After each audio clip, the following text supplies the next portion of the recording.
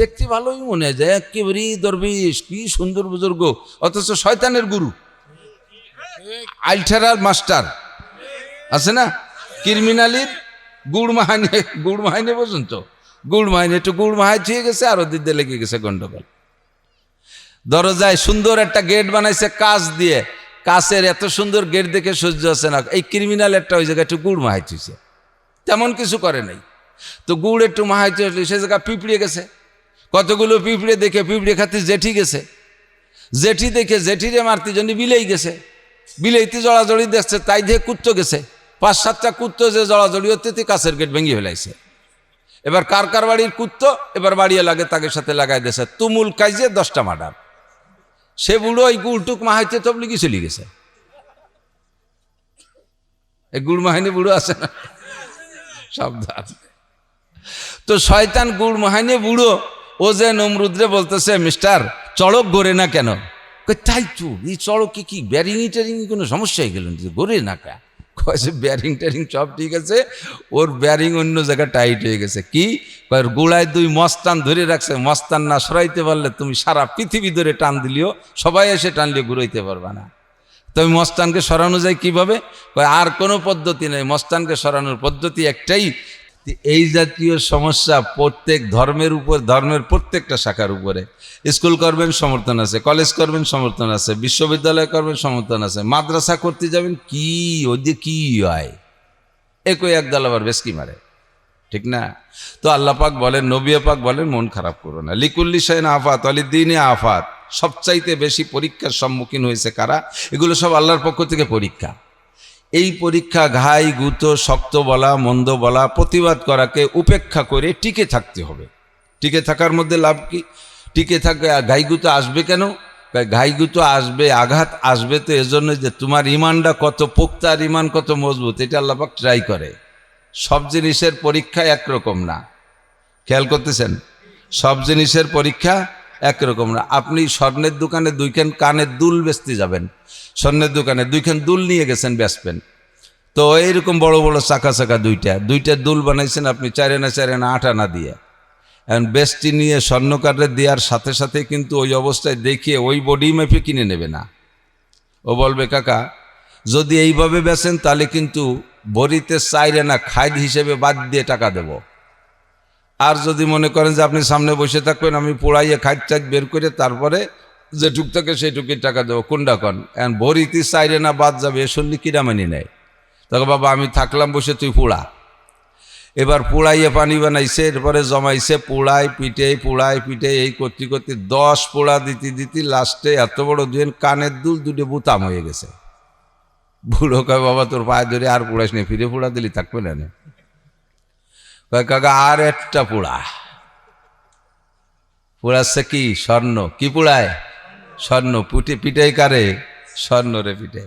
পুড়াইয়া লাস্টে 2 বুতাম কয় আর একটা পোড়া, ওর মধ্যে 1 জাররা পরিমাণ খাদ্য থাকতে আমি কিনবো না। ওর ভরি 2,36,000 টাকা। বর্তমানে জানেন নাকি স্বর্ণের যে দাম বাড়ছে যুদ্ধের পরে? আমি সেদিন সৌদি আরবের থেকে আসছি, কয়দিন আগে রমজানের ভিতরে আসছি। আমরা যাওয়ার আগে ভরি ছিল 2,10,000 টাকা। ওখানে যাওয়ার পরের দিন আমি একটু চিন্তা করলাম যে আসছি যখন দেশের ভালো স্বর্ণ একটু নিয়ে যাই, শুনি যে 26,000 টাকা ভরিতে বেরিয়ে গেছে। বলে তয় বাদ আম্মা বাদ, হবে নাকি না? তো যারা বিয়ে আগে করছেন শোনাই দিয়ে তারা তো কিনছেন, ইদানিংকালে আর স্বর্ণ দিয়ে বিয়ে করার নিয়ত করেন না, সিটি গোল্ড কিনে কোনো মতে সারিয়েছেন।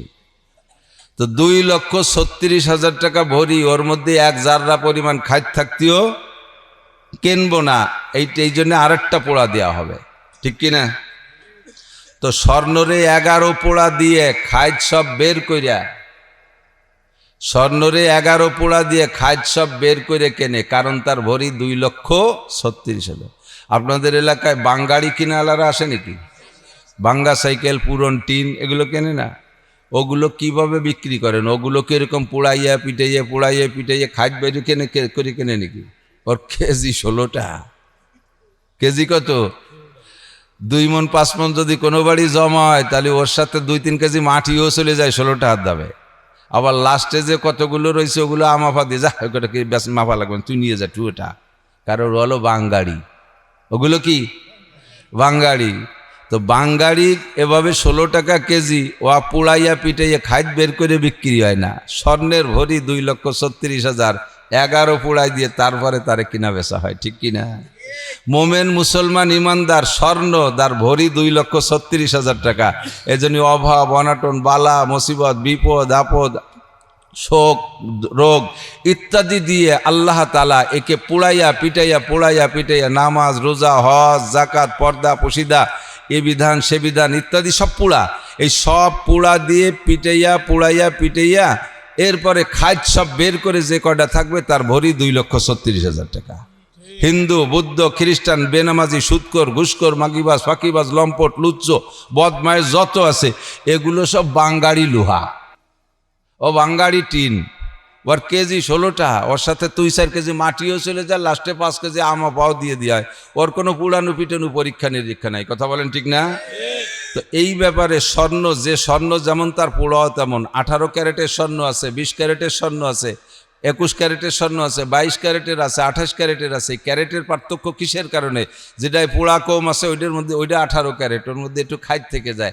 জিরারে যত বেশি পোড়াবে সেটা তত ভালো স্বর্ণ, যার ভিতরে থেকে যত বেশি বের করবে সেটা তত ভালো স্বর্ণ। তো সবচাইতে ভালো স্বর্ণ আসাদুন্নাসে বালান আল আম্বিয়া, সবচাইতে বেশি পিওর মানুষ হলো আম্বিয়া আলাইহিমুস সালাম। এজন্য আল্লাহ তাআলা সবচেয়ে বেশি পরীক্ষা নিয়েছেন নবী রাসূলদেরকে। তো দুনিয়ায় যত নবী রাসূল আসছেন সব নবী রাসূলকে আল্লাহ তাআলা পর্যাপ্ত পরীক্ষা নিয়েছেন সব জামানায়। কোনো সময় বনি ইসরায়েলের সময় বনি ইসরায়েলদের ভিতরে একটা দল ছিল এরকম যে তারা প্রত্যেক দিন রাতভর খুঁজত, লেডার আর ক্যাডার বাহিনী নামায় দিত, দেখ কোন গ্রামে নবী আছে। ওখানে গ্রামে গ্রামে পাড়ায় গোষ্ঠীতে তখন আল্লাহ তাআলা নবী দিয়েছিলেন। এখন যেমন গ্রামে গ্রামে পাড়ায় বাড়ি বাড়ি আলেম উলামা হয়েছে, ওই সময় ওই পরিমাণ নবী ছিল, প্রচুর নবী। মাত্র 2000 বছরের ভিতরে 2 লক্ষর উপরে নবী অতিক্রম করছে। তাহলে কি পরিমাণ নবী! তো রাতভর মস্তানরা ক্যাডাররা পাড়ায় ঘুরে নবী সংগ্রহ করে আইনি এক জায়গা বাঁধত। সকালবেলা 70 জন নবীরে জবাই না দিয়ে তারা নাস্তা খাইত না। তো একজন নবীকে এক পাল্লায় রাখলে 1.25 লক্ষ সাহাবাকে আর এক পাল্লায় রাখলে, আবু বকর সহ 1.25 লক্ষ সাহাবাকে আর এক পাল্লায় রাখলে ছোট একজন নবীর সমান হবে না।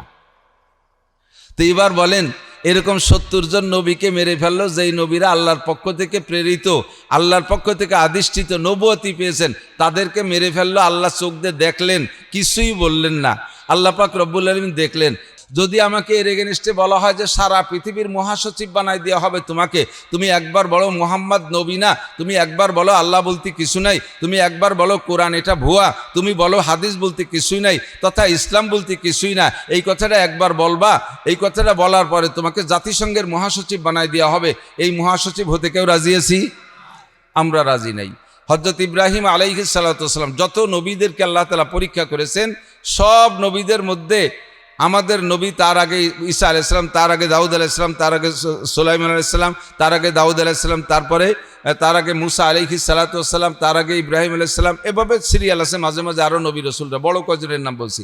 তো আদম আলাইহিস সালাম থেকে নিয়ে ইব্রাহিম আলাইহিস সালাম পর্যন্ত যত নবী রাসূল এসেছেন, তন্মধ্যে সবচাইতে বেশি পরীক্ষার সম্মুখীন হয়েছেন ইব্রাহিম আলাইহিস সালাম। একটানা 30টা পরীক্ষা।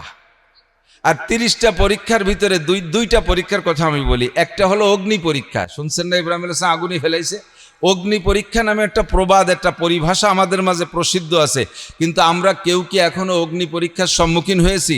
হয়তো বড় কোনো বিপদে পড়েছি, আর সেই বিপদ থেকে উদ্ধারের পরে নিজেরা বলি এটা অগ্নি পরীক্ষার সম্মুখীন হয়েছিলাম।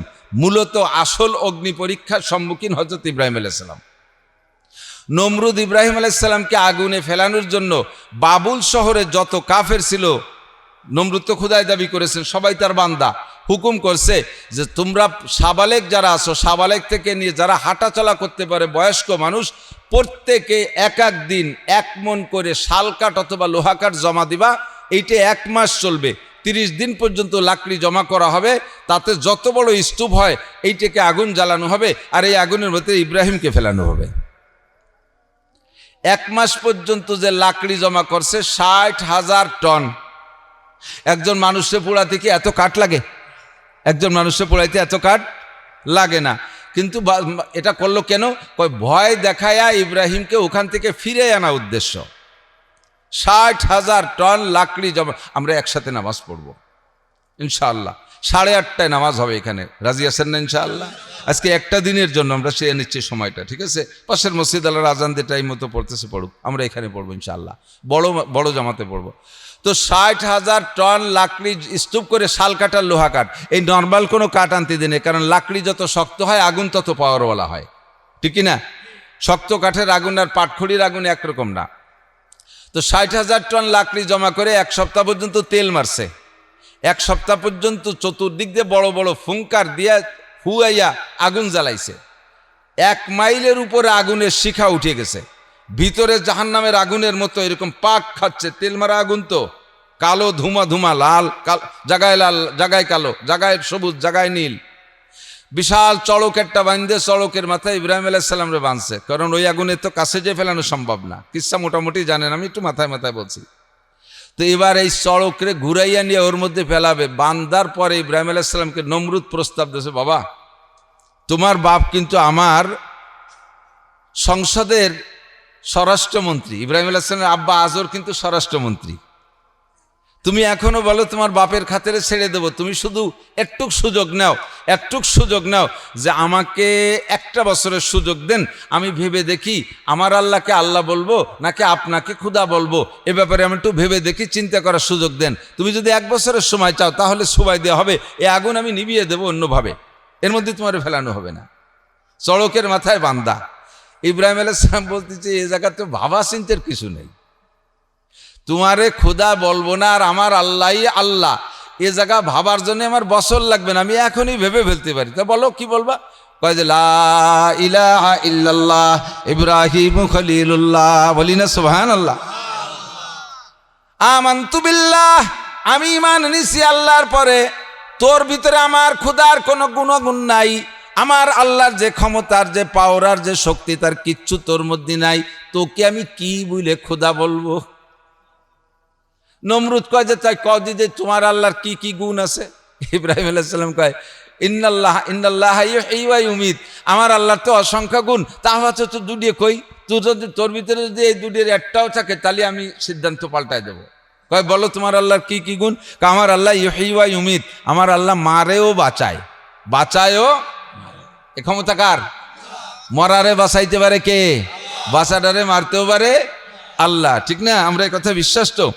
তা আমার আল্লাহ মারেও বাঁচায়। নমরুদকে ওয়ানা ওয়াহয়ী ওয়া উমীত, কুরআন শরীফের আয়াত, ওয়ানা ওয়াহয়ী ওয়া উমীত, আরে ও তো আমিও পারি, বাঁচাতে মারতে আমিও পারি। ইব্রাহিম আলাইহিস সালামকে, ওরে আল্লাহ কোন দামড়ার বালায় পড়ছি, ও বাঁচা মারা কি কয়, এই দায়িত্বও পারে। তো ইব্রাহিম আলাইহিস সালাম, তা ঠিক আছে তুমি মারিয়ে বাঁচায় দেখাও। তো নমরুদ এবার অর্ডার দিয়েছে, যাও জেলখানা জেলারকে বলছে 2টা আসামি নিয়ে আসবা, যেই 2টা আসামি সম্পর্কে কোর্টে থেকে রায় হয়ে গেছে, বিচারকের রায় হয়ে গেছে। কি রায়? একটা সম্পর্কে আগামীকাল ফাঁসি, আর একটা সম্পর্কে আগামীকাল বেকসুর খালাস, এই 2টা আসামি নিয়ে আসো।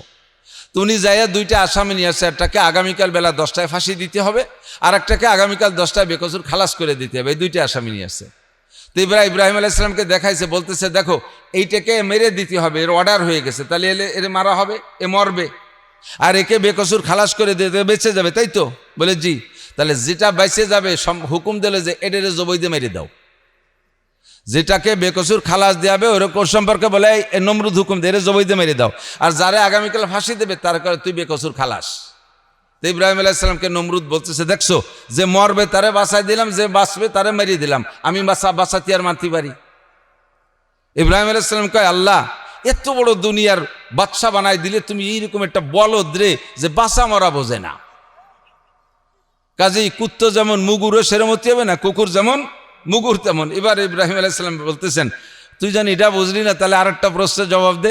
ইন্নাল্লাহ ইয়াতি বিশ-শামসি মিনাল মাশরিক ফাতি বিহা মিনাল মাগরিব, আমার আল্লাহ জীবন ভরে পূর্ব আকাশ থেকে সূর্য উদয় করে পশ্চিম আকাশে ডুবায়, তুই উল্টো দিক দিয়ে আন, তুই পশ্চিম থেকে উদয় কর।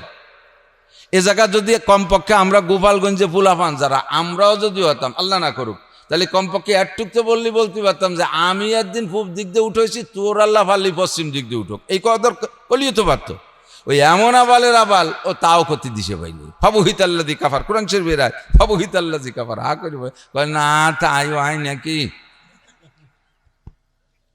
তো ইব্রাহিম আলাইহিস সালাম কয় যে তোরে যে রব বলবো, তোরে যে রব বলবো এ ব্যাপারে আমার 1 বছর ভাবা লাগবে কেন? আমি এখনই বললাম তুই রব নয়, রব আমার কে?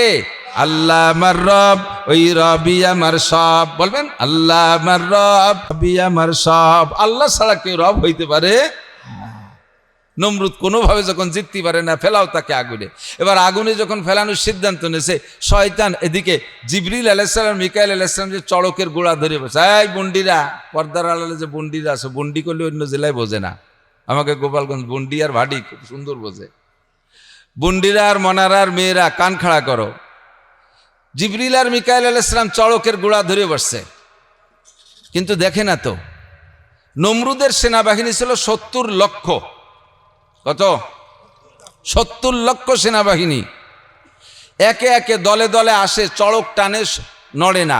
70 লক্ষ সেনাবাহিনী ব্যবহার করছে চড়কের গোড়ায় কাশি বান্ধে টাইনিয়ে ঘুরানোর জন্য, কিন্তু ঘোরে না। এখন এই যে ঘোরে না, যে এটা ঘোরে না কেন, কার কারণে ঘোরে না, এটা তো নমরুদের বোঝার কায়দা নাই।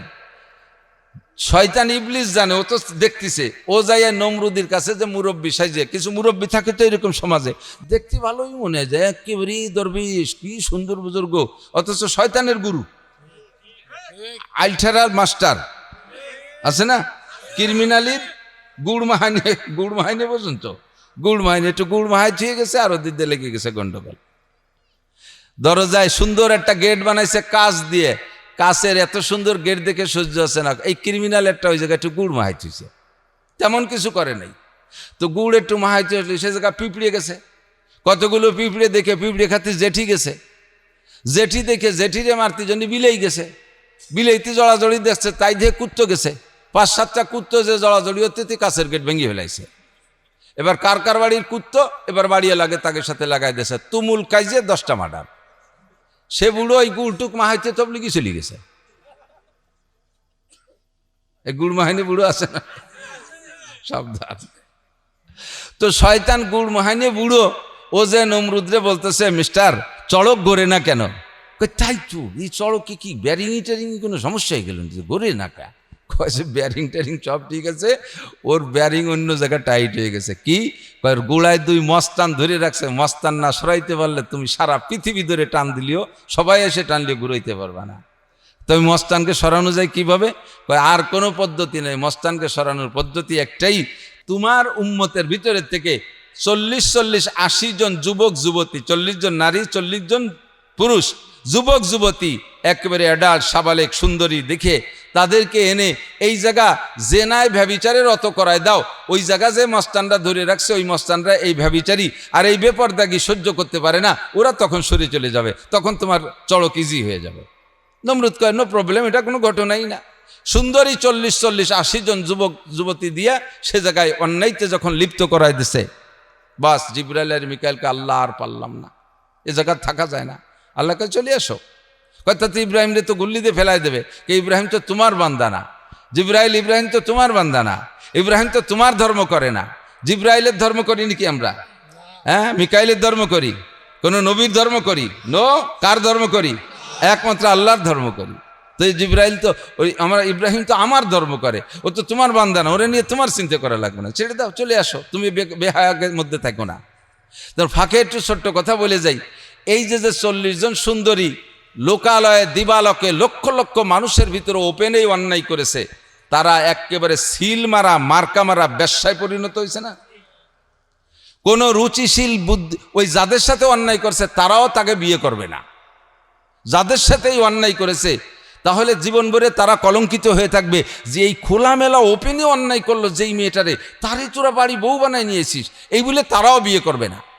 দেখুন এই মেয়েগুলোর বাকি জীবন কি হবে? স্বামীর ঘরে গেলে স্বামীর সংসার করবে, বাপের বাড়ি থাকলে একটা বাপের বাড়িতে থাকবে না। মেয়েরা বিয়ের পরে স্বামীর বাড়ি যে সেখানে যে সুখে শান্তিতে থাকবে, কিন্তু তাদের বিয়ে হবে না। তাদের বাকি জীবন কিভাবে চলবে? খাবে দাবে কি? ইনকাম সোর্স কি? নমরুদের পক্ষ থেকে এই মেয়েদের কপালে, যে কথাটা বলবো বলে নিয়ে আসছে, এদিকে একটু সরিয়ে আসলাম, নমরুদের পক্ষ থেকে এই 40 জন সুন্দরী মেয়ের কপালে তাদের হাতে এক একটা টোকেন দিয়ে দিছে। নমরুদ তো কার্ড দিত, রিলিফে মাল দিত, এই কার্ড নিয়ে যারা আসতো তাদেরকে দিত। এই 40 জন সুন্দরী মেয়েকে স্বর্ণের টিপ দেশে, টোকেন দেশে, এই টোকেনগুলো তোমরা কপালে লাগাইয়া আসবা, লক্ষ লক্ষ মানুষের মধ্যে আমি চিনতে পারবো যে তোমরা সেই ইন্টারন্যাশনাল বেশ্যা। তোমাদের জন্য একটু পার্সোনালিটি থাকবে, তোমরা আগ কাতারে মাল নিয়ে যেতে পারবা, তোমাদের জন্য ডবল রেশন। এই 40 জন বেশ্যা কপালে টিপ লাগায় সেখান দিয়ে ঘুরতো। সেই থেকে নিয়ে টিপের প্রচলন শুরু হয়েছে কিয়ামত পর্যন্ত। হাদিসে আসছে মান তাশাব্বাহা বিকওমিন ফাহুয়া মিনহুম, যার সাথে যার মিল হবে তার সাথে তার হাসর হবে। কোরআনে কারিমের ভিতরে আল্লাহ পাক বলেন ইয়া আইয়ুহাল্লাযীনা আমানু লা তাত্তাখিযুল ইয়াহুদা ওয়ান নাসারা আউলিয়া বা'দুহুম আউলিয়াউ বা'দ ওয়া মান ইয়াতাওয়াল্লাকুম মিনকুম ফাইন্নাহু মিনহুম ইন্নাল্লাহা লা ইয়াহদিল কওমাল কাফিরিন। ইহুদ নাসারা তোমাদের চিরশত্রু, তাদের সাথে যারা সম্পর্ক আর ভালোবাসা গড়বে কিয়ামতের ময়দানে এই ভালোবাসনেওয়ালাদেরকে ইহুদ নাসারাদের সাথে বিবেচনা করা হবে। অর্থাৎ যার সাথে যার মিল হবে তার সাথে তার হাসর হবে, যার সাথে যার মোহাব্বত তার সাথে তার কিয়ামত। এটা তো প্রসিদ্ধ কথা। এই মেয়েগুলো এইভাবে ব্যবসা প্রসিদ্ধ হয়ে গেছে, আর সেখান থেকে টিপের প্রচলন আসছে কিয়ামত পর্যন্ত। বলো যে জাতি বলো না কেন, মহিলারা কপালে যদি টিপ লাগাও তোমাকে ধরে নিয়ে হবে নমরুদের ওই 40 জন ব্যবসাদের সাথে। কপালটা কার জন্য খাস? সেজদা হবে কার জন্য? মহিলা পুরুষ কাহারও কপালকে নষ্ট করবেন না, কপালে টিপ লাগাবেন না। দেখেন অমুসলমানরা কপালে টিপ লাগায়, অমুসলমান যারা আছে আশেপাশে আপনাদের আমাদের দেখা আছে, জানা আছে, তারা লাগাচ্ছে, সেটা তাদের ব্যাপার। কিন্তু আমরা মুসলমান কপালটাকে খালি রাখবো কার জন্য? আল্লাহর জন্য। যখন বাস এখন 40 জনে অন্যায় করার কারণে জিবরাইল মিকাইল ছেড়ে দিয়েছে, এবার চড়ক লুজ হয়ে গেছে, গুল্লি দিলি ঘুরবে। এর ভিতরে ওই বুড়ো শয়তান, ওই সে গুড় মাহানিয়া আল্লাহ শাইকে নজদি, এর পরিচয় দিত শাইকে নজদি, নজদের শায়েক। ও যাই এবার নমরুদরে বলতেছে, নমরুদ মহারাজ চড়ক তো ঢিল হইল, ফেলাবা ইব্রাহিম রে আগুনের মধ্যে পড়বে, আগুনও খারাপ না, পুড়িয়েই যাবে, বেশিক্ষণ টেকবে না। ও জানে না যে ইব্রাহিম পড়বে না, ফেলালি তো পড়বে, এত বড় মহা আগুন। তো বলতেছে যে এবার ইব্রাহিম আলাইহিস সালামকে অপমান করার জন্য, আবার ইব্রাহিম আলাইহিস সালাম কি কোনো কলেজের প্রফেসর? কথা কয় না। কোনো ইঞ্জিনিয়ার, ডাক্তার, বিজ্ঞানী, IA pass, MA pass, BCS pass, এ পাস, ও পাস, কোনো পাস না, শুধুমাত্র নবী পাস, আসমানি কিতাব পাস। কি পাস? আসমানি কিতাব পাস, এলেম পাস, একজন আলেম, এক মুসলিম জাতির পিতা। একে অপমান করতে পারলে শয়তানের বড় আনন্দ লাগে। এমনি তো ফেলাবে, চড়ক লুজ হয়েছে, এখন যে পড়বে, কিন্তু ফেলানোর আগে অপমান করার জন্যে নমরুদরে যায় শয়তানে বুদ্ধি দিচ্ছে। ইব্রাহিমের গায়ে যে জামা কাপড় আছে, ও তো একজন জাদুকর। দেখো না ইব্রাহিম আলাইহিস সালাম জাদু দিয়ে কত কিছু করে ফেলায়। আজকে ওর গায়ে যে জামা আছে, জামার মধ্যে জাদু আছে, পোশাকের মধ্যে জাদু আছে, ওই পোশাক সহ আগুনের মধ্যে ফেললে তোমার আগুনে জীবনেরও পোড়াতে পারবে না। উদ্দেশ্য কি? ইব্রাহিম আলাইহিস সালামকে উলাঙ্গ করে, ব্যবস্থ করে অপমান করবে। নমরুদ অর্ডার দিল, যাও ইব্রাহিমের গার জামা খোলো, পরনের পাজামা খোলো। বাস শুরু হয়ে গেছে, খোলার জন্য প্রস্তুতি।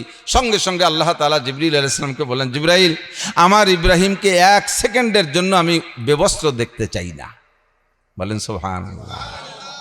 আল্লাহ এত তাড়াতাড়ি আমি কীভাবে তো খুলিয়ে ফেললো, আমি তো রয়েছি না, দাঁড়িয়ে তো ছিলাম এত কোনো বন্ধু, আসিও তাই তুই এত তাড়াতাড়ি আমি জামা পরাবো কোন জায়গা থেকে? কয় যে তাও নর্মাল জামা না, দুনিয়ার কোনো পোশাক না, জান্নাতের পোশাক পরাইবা। আর ওই নমরুদের অভিশপ্ত কাঠের ভিতরে যেন আমার ইব্রাহিম বসে না, জান্নাতের খাট বিছিয়ে দেবা ভিতরে। ইব্রাহিমের জিবরিল আলাইহিস সালাম বলেন, জীবনে যতবার আমার 600 ডানাকে ব্যবহার করেছি, আমার 2টা ডানাকে একবার বাড়ি মারলে, 2টা ডানাকে একবার বাড়ি মারলে 1 সেকেন্ডে 1,86,000 মাইল পথ যাই। এই দিন এই জান্নাতি জামা আর জান্নাতি খাট আনার জন্য আমি আমার 600 ডানা ব্যবহার করছি। একদিক দিয়ে জামা খুলবে আর একদিক দিয়ে পরাবো। আমি যে জান্নাতি জামা আর জান্নাতি খাট নিয়ে আসি, গায়ের থেকে জামা খোলে আর আমি জামা একদিক দিয়ে পরাই, পরনেরটা খোলে আর আমি আর একদিক দিয়ে পরাই, ওই দিক দিয়ে হাত বান্ধা, উনি তো ঠেকাইতে পারতেছে না। তো গায়ের সব জামা খোলা হয়ে গেল, পরনের কাপড় খোলা হয়ে গেল। এবার ইব্রাহিম আলাইহিস সালামের শরম, লজ্জার অঙ্গ, শরীরের অঙ্গ প্রত্যঙ্গ দেখা যাবে না, কিন্তু তা দেখা যায় না। আর নমরুদ কয় যে কি এলি, কি দিয়ে কি খুললি, কি কয়টা জামা গায়ে দিয়েছে, খুললি তো কিছু দেয়া তো যায় না।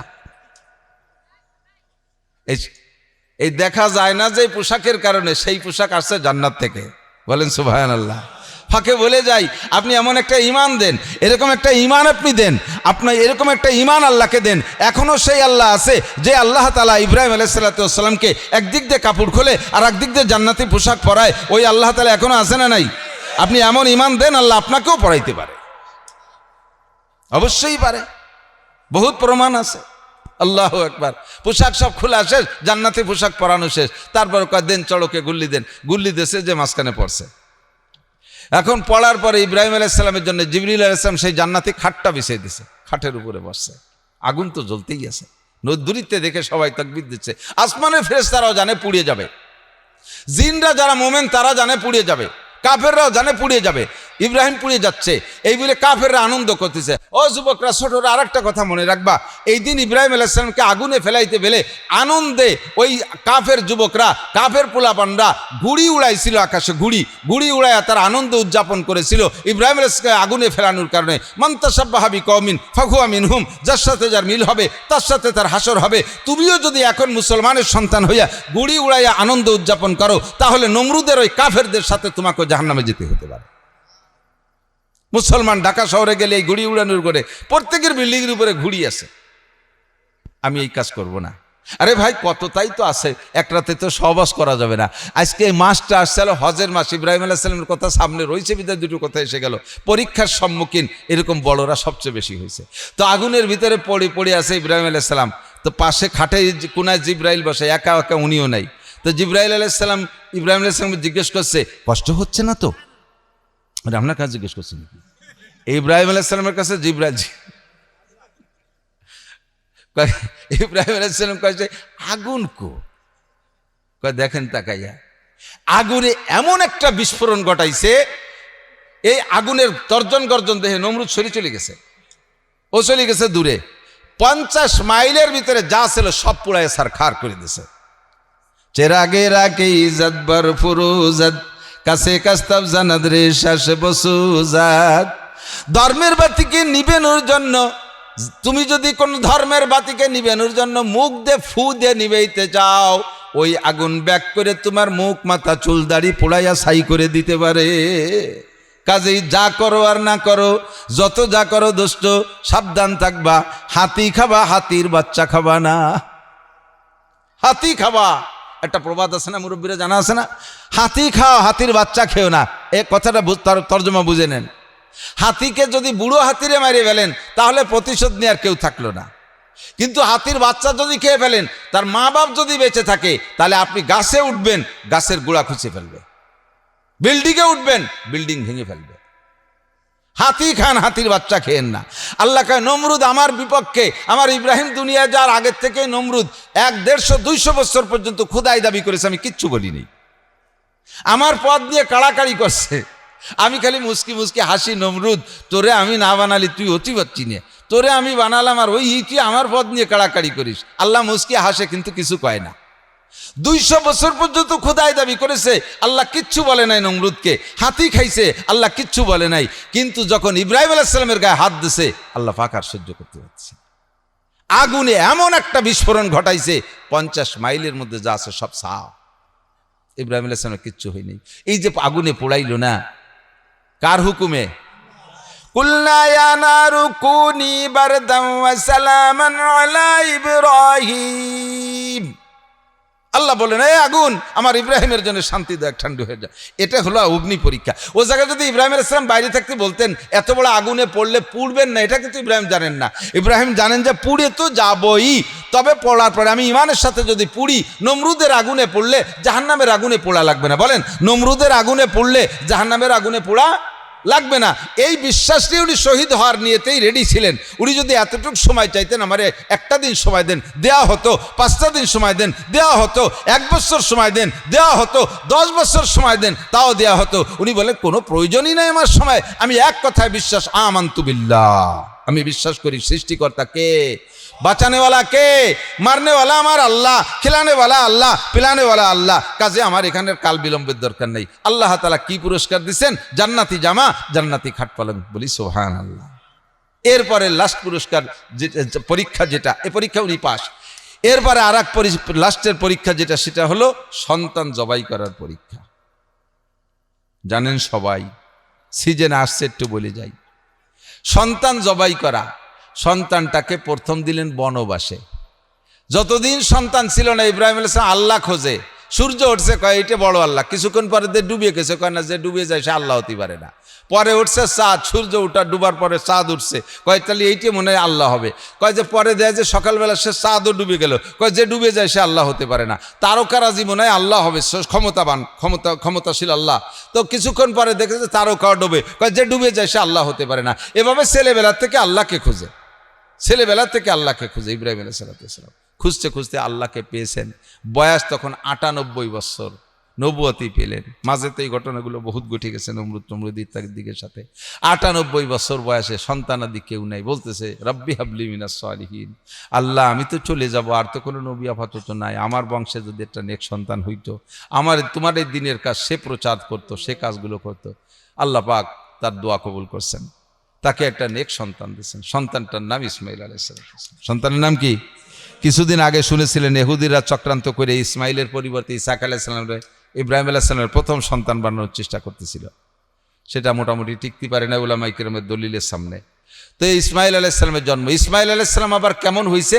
হুজুর আলাইহিস সালাতু ওয়াস সালামের নূরে নবুয়াত দুনিয়ায় পাঠানোর একটা শুরু আর সূচনা করেছেন আল্লাহ তাআলা ইসমাইল আলাইহিস সালামের থেকে নিয়ে। ইসমাইল আলাইহিস সালামের চেহারার ভিতরে নূরে নবুয়াত চমকাইতো, দেখতেও যেমন, সর্বকিছু দিয়ে আল্লাহ পাক নিজেই বলেন আমি তাকে হালিম, একটা ধৈর্যশীল সন্তান দান করছি। ফাবাশশারনাহু বিগুলামিন হালিম, আমি তাকে একটা ধৈর্যশীল সন্তানের সুসংবাদ দিলাম। বয়স 98। বয়স কত? 98।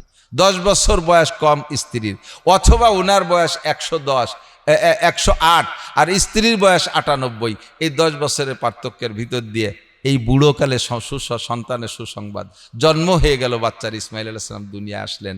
এখন এতদিন পর্যন্ত আল্লাহকে খুঁজেন, শুধু আসমানের দিক তাকায়। এখন যখন বুড়োকালে, এটি খেয়াল করেন, খেয়াল করতেছে না, মানুষের সময় মতো 22, 23, 24, 25 বছর বয়সেই তো বেশিরভাগ বিয়ে করে। আর ইদানিং তো আল্লাহর রহমতে আরও কাছায় গেছে, 12, 14, 15, 16 বছরে বিয়ে হয়ে সাফ করে ফেলে দিচ্ছে।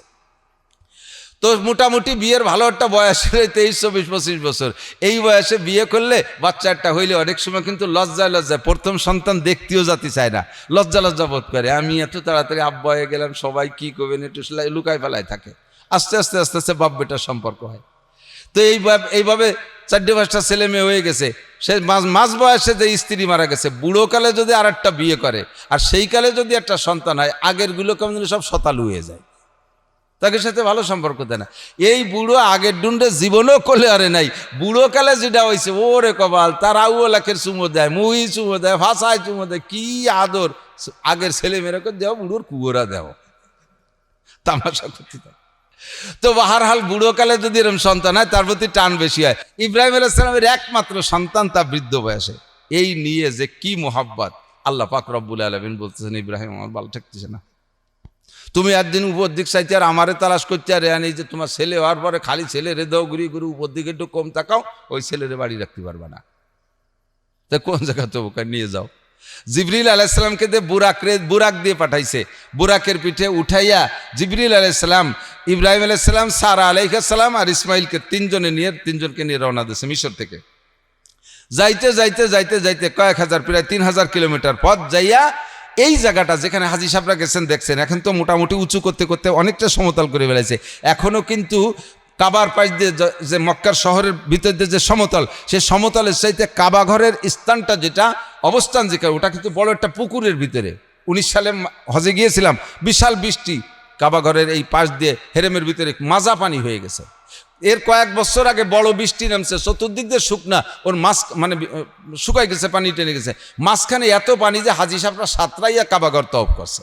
ওইটা একটা বড় পুকুরির মতো, ওখানেই কাবাঘর। কাবাঘর ছিল না, কাবাঘরে শুধু পুতা ছিল, ভিটেডা ছিল। তো ওই জায়গা নিয়ে রাইখা চলেই গেলেন, কোনো মতো ফিরে তাকাচ্ছেন। আল্লাহর হুকুম রেখে যেতেই হবে, এটা আর একটা পরীক্ষা। বাস যেই পথে যাচ্ছিলেন সেইটা রাস্তার নাম রাখছে সারে ইব্রাহিম খলিল। যারা হাজী সাহেব গিয়েছেন তারা জানে ইব্রাহিম খলিল রোড বলে। ওই ইব্রাহিম খলিল রোড দিয়ে ইব্রাহিম আলাইহিস সালাম যাইতেছিলেন, পাহাড়ের ভাজে ভাজে এরকম রাস্তা ছিল, এখন পাহাড় কেটে অনেকটা কমায় ফেলাইছে। লাস্টে ইব্রাহিম আলাইহিস সালাম সন্তানের টানে সহ্য করতে না পারে পিছনের দিক ফিরছে, একবার একটু শেষ নজর পিছনের দিক ফিরবেন ভাবছে। সারা আলাইহিস সালাম ডাক দিয়ে বলছে, হে আল্লাহর খলিল, জীবন শেষবারের মতো আপনি বাচ্চাটাকে একবার দেখে যান। উনি একবার ফিরছেন, একবার তাকাইয়া দ্বিতীয়বার আর তাকাইনি, চোখ মুস্তি মুস্তি চলে গেছে। কত বড় পরীক্ষা! 100,000 মাইলের মধ্যে কিচ্ছু নাই, কোনো মানুষ নাই, কোনো জন নাই, কোনো বাড়ি নাই, কোনো ঘর নাই, কোনো গাছপালা, কিচ্ছু নাই, এরকম একটা জায়গা রেখে গেলেন। এটা আল্লাহর একটা পরীক্ষা। এমন করে 13 বছরের ভিতরে একটা চিঠিও দেয়নি, আসার হুকুম হয় না, ভিতরে তো জ্বলিয়ে যাচ্ছে। 2 মাপুতি এখানে কোনো মতে আসে, খেয়ে দিয়ে বেঁচে আছে, আল্লাহই ব্যবস্থা করছে। পরে অনেক গড়বড়ি হয়ে গেছে। 13 বছর পরে স্বপ্নে দেখতেছে যে তারা জবাই করতেছে।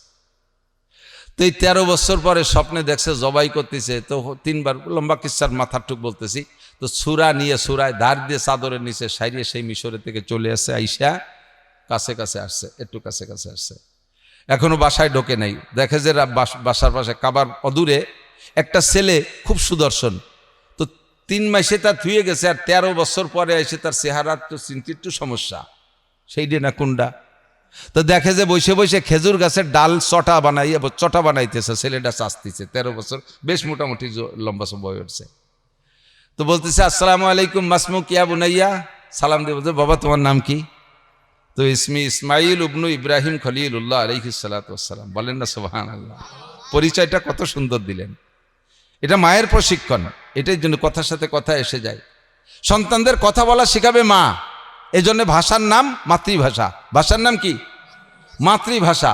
বাপের ভিটায় বসবাস করে, ভিটের নাম মাতৃভূমি। ভিটের নাম কি? বাংলাদেশ আমাদের পিতৃভূমি কয় কেউ। বাংলাদেশ আমাদের, আমার বাংলা ভাষা এটা মাতৃভাষা। এটা কি ভাষা?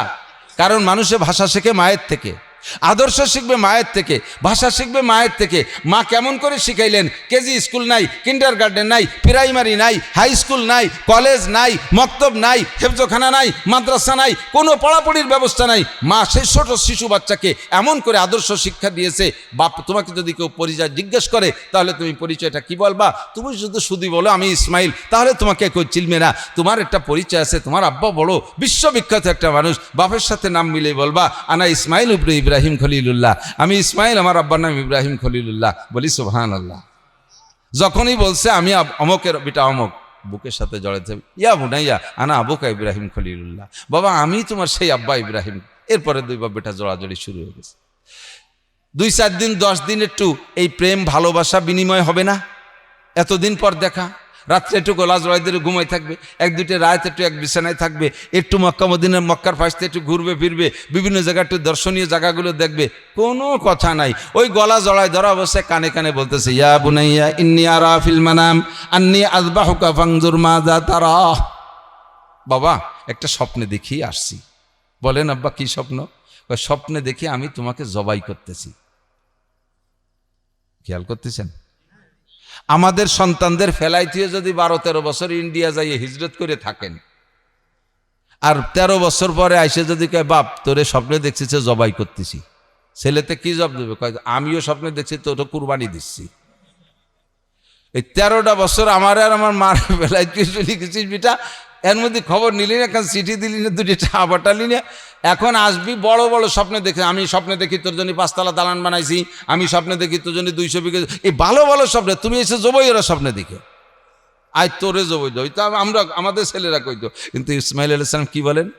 ক্বালা ইয়া আবাতি ফাআল মা তুমার সাতাজিদুনি ইনশাআল্লাহু মিনাস সাবিরিন। আল্লাহু আকবার। কয় আব্বা এ ব্যাপারে বেশি পরামর্শের দরকার নাই, নবীদের স্বপ্ন ওহী। ছেলে বলতেছে নবীদের স্বপ্ন ওহী, আমি আপনি যদি বেশি পরামর্শ করতে বেশি, আমাদের উপর যে আর একটা উপদেশটা আছে, যেই উপদেশটা কিন্তু আপনার নমরুদরে উপদেশ দিয়েছিল, ও আছে না এখনো বেশি আছে না? আছে নাকি? এখন না মরে গেছে পথে, ইসরায়েলের বোমায় মরছে নাকি সে? ও 6.5 জীবন বুড়ি থাকবে। ওই মুরব্বী ঢুকে 2 বাপ বেটারে উল্টো বুদ্ধি দিয়ে অ্যাক্সিডেন্ট ঘটাই দিবে না। কাজে আপনি যা স্বপ্নে দেখেছেন, সত্য দেখেছেন, কোনো সন্দেহ নেই। ইফআল মা যা তারা, স্বপ্নে যাহা দেখেছেন করে ফেলান, কোনো পরামর্শের দরকার নেই। মারেও বললেন না, মা মহিলা মানুষ, ওনার দিল নরম, শেষে কান্নাকাটি করবেন না, আপনি আবার উল্টে যেতে পারেন। কাজে কাজে আল্লাহর হুকুম পালন করে ফেলেন। বলেন তো কেসা বাপ আর কেসা বেটা, দুনিয়ায় এর চেয়ে বড় পরীক্ষা হতে পারে? আরে ভাই এটাতে এত প্রিয় সন্তান, এত মহাব্বতের সন্তান, আপনার যে সন্তানটা অনাকাঙ্ক্ষিত, খেয়াল করেন, একটু খেয়াল করেন, অনাকাঙ্ক্ষিত সন্তান বোঝেন নাকি? ভোজের নাই, টের পান না। অনাকাঙ্ক্ষিত মানে যে সন্তানটা আপনি নিতে চান নাই। সন্তান কতগুলো হয়ে গেছে, এখন ব্রেক করে দিয়েছেন, শেষটার নামও রেখে তুইছেন ইতি, মানে আজকে দরকার নেই, শেষ লাইন লিয়ে ফেলেছে ইতি।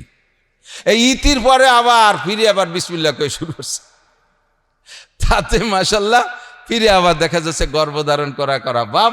এখন দুইজনের সিদ্ধান্ত এ রাখা যাবে না, কোনো মনে না, এই বুড়োকালে লজ্জা শরম জামাইজন হয়ে গেছে, ছেলে পেলে বলে না, কোনোভাবে তা নষ্ট করতে পারেন নাই। আল্লাহর মাল আল্লাহ দিয়েই দিয়েছে, এটা হলো অনাকাঙ্ক্ষিত সন্তান।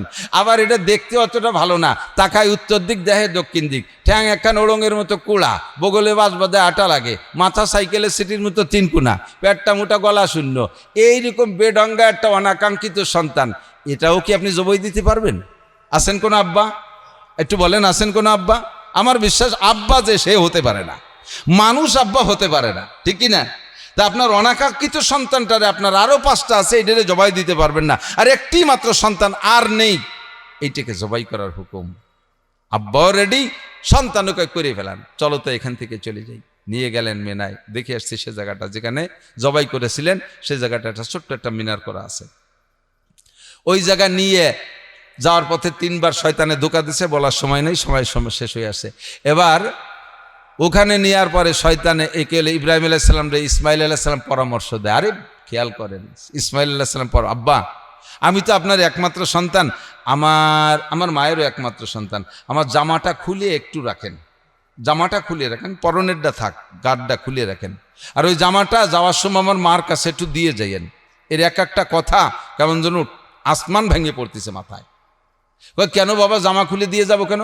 ভাই আব্বা, আপনি আজ থেকে 13 বছর আগে আমাকে এখানে রেখে গেছেন, আমাকে আমার মাকে ফেলে রেখে গেছেন, আশেপাশে কোনো মানুষ ছিল না, জনমানবহীন, কোনো খাবারের ব্যবস্থা ছিল না, সামান্য একটু খেজুর একটু পানি দিয়ে গেছিলেন, সব 1-2 দিনের ভিতরে শেষ। আমার মা আমাকে কোলে করে জড়িয়ে এখানে পড়ে আছে, কোথাও যাই নাই, কোনো অন্য সিদ্ধান্ত নেই নাই, সব দুঃখ বেদনা সব কিছু ধুলায় মিশিয়ে দিয়েছে আমাকে বুকের সাথে জড়িয়ে। আপনি নিশ্চয়ই আমাকে জবাই করে আমার মায়ের কাছে থাকবেন না, আপনার রবের হুকুমে যেখানে হুকুম হয়েছে সেখানে চলে যাবেন, আমার মা একা একা কিভাবে থাকবে?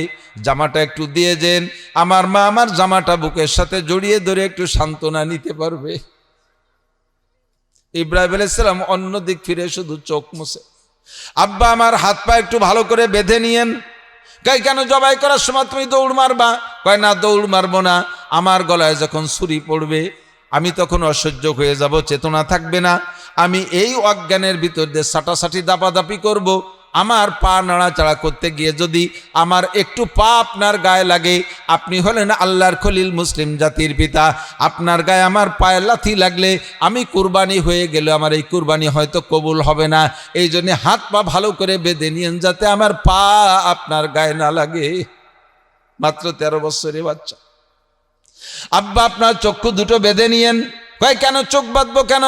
কয় আপনি আমার চেহারার দিকে তাকায় জবাই করতে পারবেন না, আপনার হাত অচল হয়ে যাবে, আপনার হাত সল হয়ে যাবে, কাজেই চোখ বেঁধে নিয়েন, ছুরিটাকে ভালো করে ধার দিয়ে নিয়েন, ভালো করে ধার দিয়ে নিয়েন, নইলে আপনি জবাই করতে গেলে আপনার হাতে শক্তি থাকবে না, যাতে ছুরির ধারে আমি জবাই হয়ে যাই। এমন করে এক একটা কথা ইব্রাহিম আলাইহিস সালামকে বলেন, আর ইব্রাহিমের উপরে যেন পাহাড় চেপে আছে, কিন্তু ইব্রাহিম আলাইহিস সালাম কোনোভাবে দুর্বল হলেন না।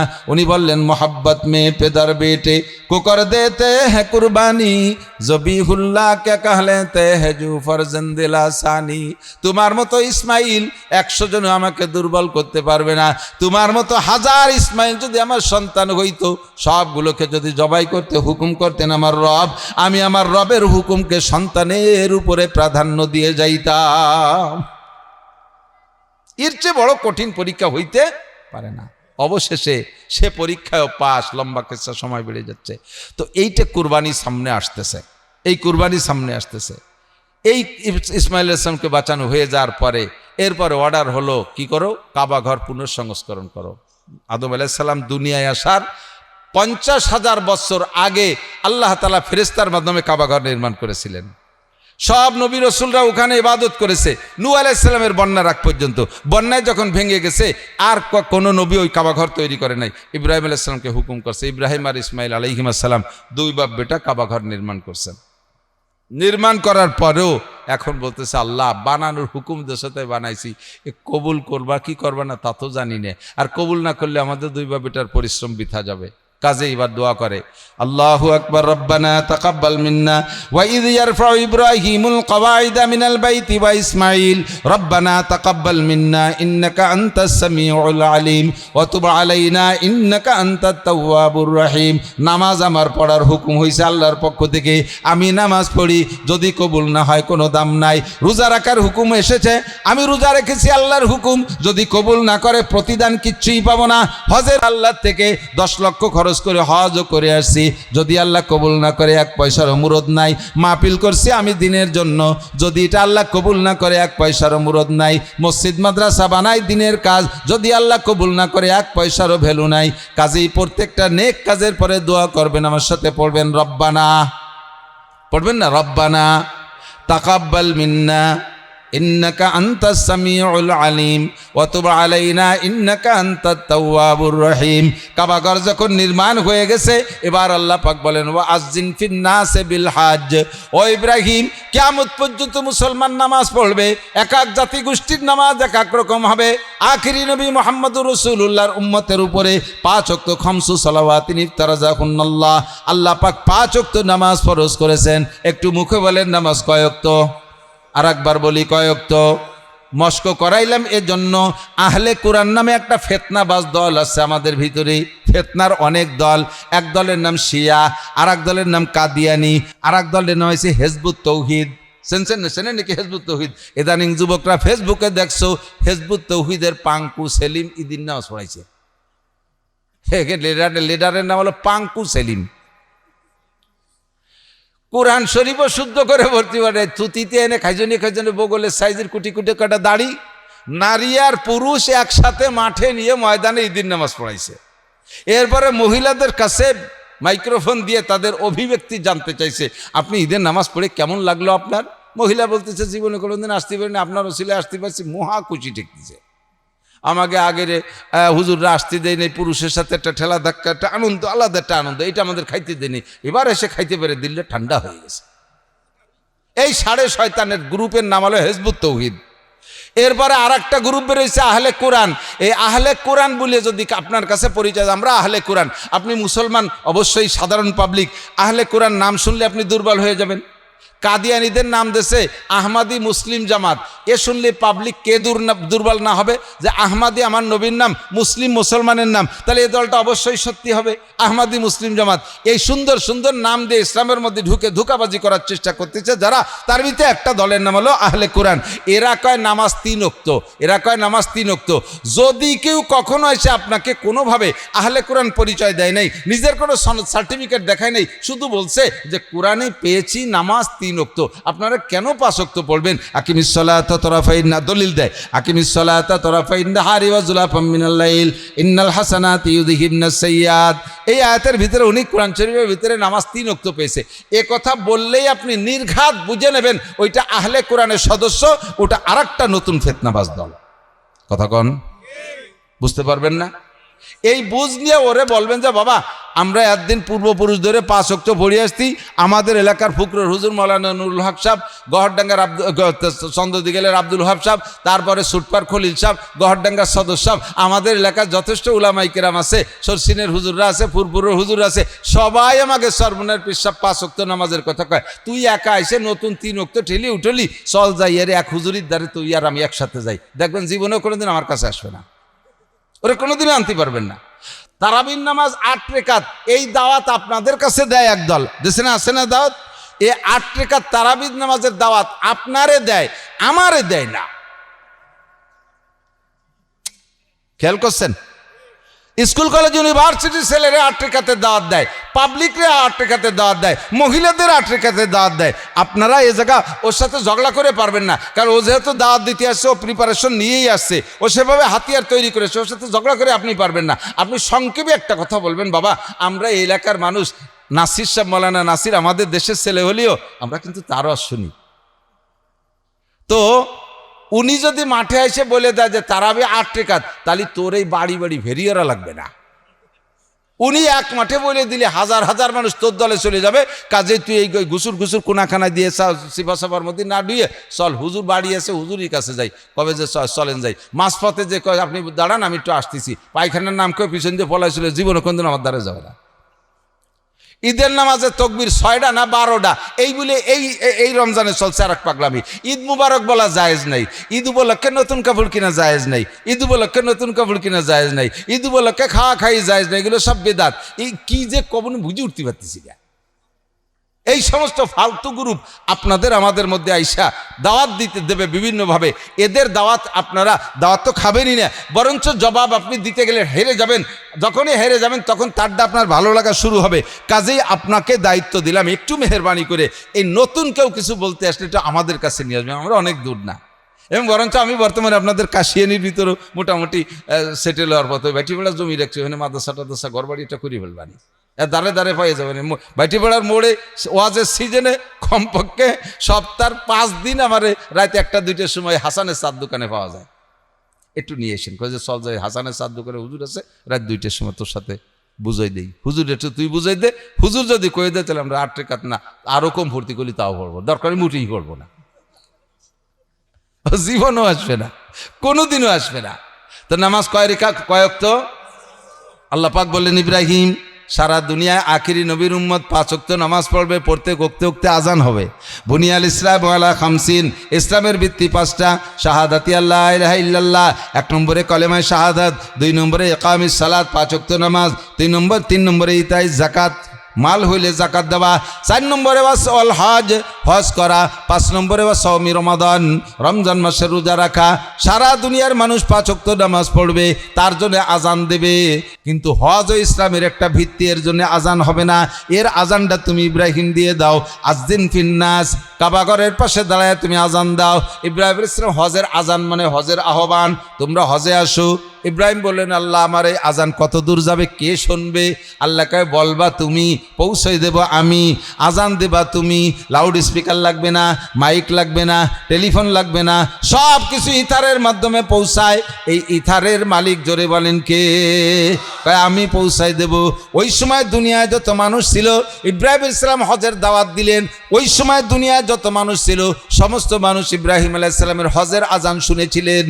এমনকি রূহের জগতে ছিলাম আমরা রূহের জগতে ছিলাম, সেই সময় আমাদের কানেও পৌঁছে গিয়েছিল, কিন্তু মনে নাই। আমরা ওখানে বসে ইব্রাহিম আলাইহিস সালামের এই হজের আজানের জবাব দিতে হয় লব্বাইক বলে। কি বলে? লব্বাইক বলে। আমরা সেখানে লব্বাইক বলেছিলাম, আবার অনেকে বলে নাই লব্বাইক। হাদিসের ভিতরে লেখে, তাফসীরের মধ্যে লেখে, যারা ওই দিন রূহের জগতে থাকা অবস্থায় ইব্রাহিম আলাইহিস সালামের হজের আজানের জবাব লব্বাইক বলে বলেছিলেন, দুনিয়ায় আসার পরে ওই লোকটা কাবা ঘরের থেকে যত দূরে বসবাস করুক না কেন, যত দূরে তার ঘর বাড়ি হোক না কেন, আর যত অভাবী আর গরিবই হোক না কেন, কোনো না কোনো মিডিয়ায়, কোনো না কোনো মাধ্যমে আল্লাহ পাক তাকে জীবনে একটা বার হলেও কাবা ঘর দেখার তৌফিক দান করবে, হজ উমরা করার তৌফিক আল্লাহ তাআলা দান করবে। যারা গিয়েছেন তারা নিশ্চিত হতে পারেন আপনি ওই দিন লব্বাইক বলেছিলেন। এরপরে এও বলা হয়, যদি কেউ 5 বার লব্বাইক বলে থাকে রূহের জগতে, দুনিয়ায় আসার পরে সে 5 বার হজ উমরা করবে। যদি 10 বার বলে থাকে তাহলে 10 বার, যদি 1 বার বলে থাকে তাহলে 1 বার। কি কয়বার বলছেন জানি না, আলহামদুলিল্লাহ আমার মনে হয় 8 বারের ব্যাপারে শিওর, আমি 8 বার গেছি আলহামদুলিল্লাহ। আমার ছেলেরা 4 জন গেছে। বিশ্বাস যে তাহলে আমরা কয়বার বেটা লব্বাইক কইয়েই আইছি। আপনার কি মনে একটু শখ হয় না হজে যাবেন না? যাওয়ার শখ হয় নাকি উড়াকান্দি? হজে যাবেন না? রহে মেরা মাসকান হাওয়ালিয়ে কাবা, বনে মেরা মদফান দিয়ারে মদিনা, ওহা জলওয়া ফরমা হায়াতুন নবী হ্যায়, ওহি জায়রিনে মাজারে মদিনা। নবী পাক বলেন, যদি কোনো ব্যক্তিকে আল্লাহ পাক তৌফিক দান করে, হজের তৌফিক দেয়, ওই লোকটা তৌফিক মানে দিক তাকান, শুধু টাকার নাম হজের তৌফিক না। কোটি কোটি টাকা আছে এর মানে হজ ফরজ হয়েছে তা না। খেয়াল করেন, টাকা হলেই হজ ফরজ হয় না। হজ ফরজ হওয়ার জন্য শর্ত 1 নম্বরে মাল তো লাগবেই, 2 নম্বরে পারিপার্শ্বিক অবস্থা ভালো থাকতে হবে। পারিপার্শ্বিক অবস্থা বলতে আপনার ঘরে বৃদ্ধা মা বাবা আছে, তাদের সেবা শুশ্রূষা খেদমতের জন্য তেমন কেউ নেই, আপনি চলে গেলে তাদের যে কোনো সময় একটা দুর্ঘটনা ঘটতে পারে। এই আব্বা মাকে ফেলে রেখে যত টাকার মালিক হন না কেন আপনাকে হজে যাওয়া যাবে না। ওনাদের একটা ব্যবস্থা হোক, আজ হোক কাল হোক, যেদিন হোক সেদিন, তারপরে আপনি যাবেন। ঘরে সুন্দরী যুবতী মেয়ে আছে, যুগ জামানা ভালো না, চতুর্দিক দিয়ে সমস্যা, আপনি চলে গেলে অ্যাক্সিডেন্ট হতে পারে, মেয়েটারে বিয়ে শাদী দিয়ে তারপরে আপনার হজ। আপনার সব আছে, এই জাতীয় কোনো সমস্যা নাই, কিন্তু সরকার বাধা দেয়, আপনার পর হজ ফরজ হয়নি। সরকারও বাধা দেয় না, সব কিছু ওকে, কিন্তু শরীর ভালো না, আপনার পর হজ ফরজ হয়নি। এই জন্য হাদিসে আসছে, হুজুর বলেন মাল্লাম ইয়ামনাহু হাজাতুন যাহিরাতুন, বাহ্যিক যত সমস্যা আছে, আর্থিক সমস্যা, এই পারিবারিক সমস্যা, এইগুলো যদি কের না থাকে, মাল্লাম ইয়ামনাহু হাজাতুন যাহিরাতুন আও সুলতানুন জায়রুন, অথবা জালেম বাদশা ঠেকাচ্ছে না, মারাদুন হাবিসুন, অথবা মারাত্মক কোনো রোগ ব্যাধিও নেই, আর এই লোকটা সব কিছু থাকা সত্ত্বে যদি এই তিন প্রকারে বাধা নেই, তারপরে তৌফিক হওয়ার পরে যদি হজ না করে, ফালইয়ামুত, সে মরুক, ফালইয়ামুত, সে মরুক, ইনশা ইহুদিয়ান ও ইনশা নাসরানিয়া, মনে চাইলে ইহুদি হয়ে মরুক, মনে চাইলে নাসারা হয়ে মরুক, ওর ব্যাপারে আল্লাহ আল্লাহ রসুলের করে জিম্মাদারি নাই। আমি 10 বিঘে জমি করলেন, ছেলেরা টাকা পাঠায়, খালি জমি কেনেন আর জমি কেনেন, বিল্ডিং বানাবেন, ঘরবাড়ি বানাবেন, মার্কেট করবেন, একটার পর একটা করতেই তালে আসেন। একটা বার কি শখ হয় না? একটা বার কি শখ হয় না? যুবকরা, তোমরা যারা পয়সা কামাই করো, তোমার আব্বারে একটা বার পাঠাও। জিন্দেগিতে কত নামাজ কাজা হয়ে রয়েছে জানেন? বহুত, প্রত্যেকটা মানুষের, অধিকাংশ মানুষের থাকে, পাবলিক যারা আছে বিশেষ করে, আপনার কাবা ঘরে হেরেম শরীফের মসজিদে 1 ওয়াক্ত নামাজ পড়লে 1,27,000 ওয়াক্তের সওয়াব। কমে গেছে তাই সুবহানাল্লাহ আসছে বলেন যে 1 ওয়াক্ত পড়লে 1,27,000 ওয়াক্তের সওয়াব 1 ওয়াক্তে। তাহলে 1 ওয়াক্ত ফজর পড়লে 1,27,000 ওয়াক্ত ফজরের নেকি, 1 ওয়াক্ত জোহর পড়লে এরকম। তো 40 দিনের প্যাকেজ থাকে হজের বেশিরভাগই, তার ভিতরে 22 দিন লাগাতার, 22 দিন লাগাতারই মক্কায় থাকা লাগে, 8 দিন বা 10 দিন মদিনায়, আর কয়েকদিন মেনা আরাফা এটা ওটা দিয়ে কেটে যায়। তো সর্বনিম্ন 22 দিন আপনি নামাজ পড়লে মক্কায়, তাহলে কি পরিমাণ নামাজের নেকি পাইলেন? আপনার এই নেকি দিয়ে পিছনে যত কাজা আছে, নামাজ ছুটে গেছে, এই কাজার গ্যাপ গর্তগুলো আল্লাহ তাআলা এই বাড়তি ফজিলত দিয়ে ভরপুর করে দিতে পারে। যাওয়া দরকার আছে না নাই? মদিনায় নামাজ পড়বেন, 1 ওয়াক্তের বিনিময়ে 1000 ওয়াক্তের সওয়াব। মহিলাদের অর্থের উপরে মহিলাদের ফরজ, আর পুরুষের অর্থের উপরে পুরুষের ফরজ। বিনোদন করার জন্যে, তারপর কি বলা হয়, এই পর্যটনই করার জন্য, ভ্রমণের জন্য, আনন্দের জন্য আপনি হজ করবেন না। আপনার হজ হবে, প্রথম হজটা হবে একমাত্র ইখলাসের সাথে, আল্লাহর দ্বীন পালনের জন্য, ইসলামের একটা ভিত্তিকে মজবুত করার জন্য আপনি হজটা করবেন। আল্লাহ তৌফিক দিলে আপনি চেষ্টা করবেন কমপক্ষে একটা উমরা করেন, কমপক্ষে একটা উমরা করেন। উমরা অত কঠিন কাজ না, শুধু তওয়াফ আর সাই, 2টা কাজ উমরায়। আপনি একটু উমরা করেন, রসুলের রওজার কাছে গিয়ে একটা সালাম দিতে পারলে আপনি বুঝবেন কেমন লাগতেছে। এই বুঝতে আমি বুঝতে পারবো না। ছোট্ট 4-5 বছরে পোলা পান্ডে যদি বিয়ের কথা বলা হয়, তারে যেমন বিয়ের মজা বুঝানো যায় না, বিয়ের মজা বুঝানো যায় না, বিয়ে করলে তার কি মজা, এটা 5 বছরে পোলা মানে কি বোঝে, এটা সে যেমন বোঝে না। আমরা যারা মক্কায় না গেছি, মোমেন মুসলমান, মক্কা ওই রসুলের রওজার কাবা ঘর দেখলে যে কি মজা, এইটা এরকম বোঝানো যাবে না। দেখলে বুঝবেন কেমন লাগে। আল্লাহ পাক আমাদের তৌফিক দান করুন। আমরা একটা তলবিয়া পড়ি, এই তলবিয়া আল্লাহ কবুল করলে হয়তো আমাদেরকে নিয়ে বসতে পারে। তলবিয়া মানে লব্বাইক, লব্বাইক আল্লাহুম্মা লব্বাইক, লব্বাইক লা শারীকা লাক লব্বাইক, ইন্নাল হামদা ওয়ান নি'মাতা লাকা ওয়াল মুলক লা শারীকা লাক। আল্লাহ তৌফিক দান করুন। আর সময় দিতে পারছি না, ছোট্ট একটা আমল বলি। হুজুর বলেন, মান সামা রমাদান ঈমান ওয়া ইহতিসাবান, যে ব্যক্তি ঈমানের সাথে নেকির আশায় রমজানের রোজা রাখছে, সুম্মা আতবাউ সিত্তা মিন শাওয়াল, এরপরে শাওয়াল মাসে 6টা রোজা। 6টা রোজা, কয়টা রোজা? কানা কা সিয়ামিদ দাহার। শুনেছেন উলামায়ে কেরামের কাছ থেকে, ঈদগাহেও শুনেছেন, মসজিদেও শুনেছেন। আমরা আবার রিপিট করি সেই কথাটা ময়দানে ফেলাইয়া। মা বোনরা বিশেষ করে রোজাগুলো খুব বেশি রাখে, আপনারাও রাখেন। এখনো দিন অনেকটা বড় হয়ে যায়নি, মাত্র 6:15 ইফতার করতে পারতেছেন, গরমও হয় নাই, পিপাসাও হয় না, কাজকামও মোটামুটি কম আছে। এর ভিতরে 6টা রোজা যদি রাখতে পারেন, তাহলে এই 6 আর রমজানের 30, এবার তো 30 পুরিয়ে গেছে, 30 আর 6 36, আর প্রত্যেক একটা রোজার বিনিময়ে 10টা রোজার নেকি দেওয়া হয়। কাজেই 36 10কে 360, 5 দিন রোজা রাখা হারাম, 360 পুরো বছর রোজা রাখার নেকি পেয়ে যাবেন। আল্লাহ তাআলা আমল করার তৌফিক দান করেন। মেয়েদের, যে সকল মেয়েরা রমজান মাসে শারীরিক নাপাকির কারণে রোজাগুলো রাখতে পারেন নাই, ওই রোজাগুলো দুই রকম লিখছে ফতোয়ার কিতাবে, দুই রকম লিখছে যে ওই রোজার সাথে এই রোজা, অর্থাৎ যদি 6 দিন তার মাসিকের কারণে রোজা ছুটে গিয়ে থাকে, শাওয়ালের 6 রোজা আর ওই রোজারে নিয়ত করলে একসাথে আদায় হয়ে যাবে, এটা একটা মাসালা। বাকি আমরা এই জড়াজড়ির মধ্যে না যাই, ওই 6 রোজাকে আলাদা করে রাখবেন আর শাওয়ালের 6 রোজা আলাদা রাখবেন, শাওয়ালের 6 রোজা আলাদা রাখবো। রাজি আছেন ইনশাআল্লাহ? 5 ওয়াক্ত নামাজের পরে দোয়া করবেন নিজের জন্য, দেশের জন্য। আমি যে কথাগুলো বলছি এই কথাগুলো কি আজেবাজে কথা বলছি নাকি? ফাঁকে ফাঁকে কিছু জরুরি কথাও পাইছেন না? কুরবানির সময় আসছে, কুরবানি করবেন তো? আমাদের তো ছেলে জবাই করতে বলা হয়নি, আমাদের প্রাণী জবাই করতে বলেছে, ঠিক না? তো কুরবানি করবেন, মোটা সোটা দিয়ে কুরবানি করবেন। কুরবানি করে গোস্ত অত নিজেই খাওয়ার চেষ্টা করবে না, সিনের গোস্ত, পাশাইতে মোটা মোটা গোস্ত, চুটির গোস্ত মাইটিয়ে ভরজা করিয়ে কলজে দিয়ে কুরবানির আগে জিন্দা কবর একটা কিনে নিয়ে এসে, জিন্দা কবর চেনেন? ফ্রিজ ডিপ ফ্রিজ, এই জিন্দা কবরের টাইলে তার মধ্যে ভরিয়ে তুইছে কতগুলো আড়গোড় বাঙালি বুঙ্গড়ি বাল্যু বাসের গিরিয়ে মিরিয়ে আইহে ট্যাংরা, তাই নিয়ে বইছে ফলে গরিব গুড়াবাকে দেওয়ার জন্য। এগুলো করবেন না। একেবারে সমস্ত গোস্ত মাইটিয়ে পরান কলিজা ঘিলু পর্যন্ত 3 ভাগ করে 1 ভাগ গরিবদের দিয়ে দেবেন, আর 1 ভাগ আত্মীয় স্বজনকে দেবেন, আর 1 ভাগ খাবেন। পারলে নিজের ভাগের থেকে দিয়ে দেন। আপনি একটা গরু কোরবানি দিতে পারছেন, আপনাকে আল্লাহ তৌফিক দিয়েছে। আর যারা আপনার বাড়ি বাড়ি এসে যে গোস্ত কালেকশন করতেছে, ওরা তো সারা বছর 800 টাকা দিয়ে 1 কেজি গোস্ত কিনে খাওয়ার মানুষের খুবই অভাব। কয়জনে কিনে খাইতে পারে? তাদেরকে আপনি পরাণ ভরে দেবেন। দেখবেন গরিব মানুষ, ফকিরের স্বভাব কি জানেন? ফকিরের স্বভাব, ফকির নিজই বড় লোক, আর দোয়া করে না কোনোদিন। ফকির চাইছে 5 টাকা, তারে 10 টাকা দিয়েছেন, আল্লাহ ইনারে 10 কোটি টাকা দাও। ও আপনারে 10 কোটি দোয়া, ও একবারও কান আল্লাহ আমারে ধনী বানায় দেওয়ার জন্য আমার ভিক্ষরা না লাগে, এক হয় না। ও যে দেয় তারে আরো বড় লোক বানানোর দোয়া রে। তো ফকির রে গরিব রে গোস্ত বেশি দেবেন, ও দোয়া করবে আল্লাহ আগামীর জন্য বড়কাকে দুনিয়ে দিতে পারে। আর ওরে একখান আড়গড় দেবেন, তুমি শহীদ হনো, আল্লাহ দেই তো 2 বছর পর ওরও ব্যাগ দিয়ে নামাই দিচ্ছি, দাঁড়া।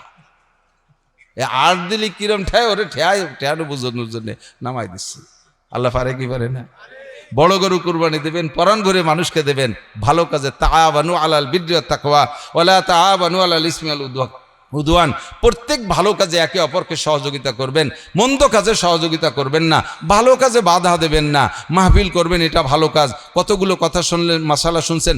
এরপরে মাওলানা ওহিদুজ্জামান বদর সাহেব ঢাকা থেকে আসতেছে, চলে আসছে মনে হয় না, হুজুর আসছে, বয়ান করবে। সব কথাগুলো আমরা শুনবো, আমল করব। এই সিজনালি কথা যেগুলো আছে সেগুলো বলছি। বাকি আমি ওয়াজের ভিতরে দৈনন্দিন প্রয়োজনীয় জন্ম থেকে মৃত্যু পর্যন্ত সমস্ত মশালাগুলো আমি বলার চেষ্টা করি, যে একটা মশালা শুনলে শিখলে 60 বছর নফল নামাজও রোজার চাইতে বেশি নেকি পাওয়া যায়। পাশাপাশি আমল করে আপনি আমলই হতে পারবেন, এ কথাগুলো আমরা শিক্ষা দিই। তাহলে মাহফিল মন্দ না ভালো? আজকের মাহফিল কি মন্দ হয়েছে না ভালো হয়েছে? ভবিষ্যতে যদি যুবকরা করে, আমরা বুড়োর মুরব্বী ছোট বড় সবাই সহযোগিতা করবো তো ইনশাআল্লাহ। একটু আল্লাহকে হাত দেখাবেন, মাহফিলের পক্ষে আসেন বা থাকবেন। কারা আসেন বা থাকবেন সত্যি ইখলাসের সাথে? এটাকে ইখলাসের সাথে হাত জাগাইছেন, ইমানের সাথে? এর মধ্যে কোনো মুনাফিকের ধোঁকাবাজি নাই তো? আল্লাহ হাতগুলোকে কাবার গায়ে পৌঁছাই দিও, রসুলের হাতের সাথে মুসাফায় মিলাই দিও, ইনাদের মুখে তোমার হাত দিয়ে হাউজে কাউসার পান করাই দিও।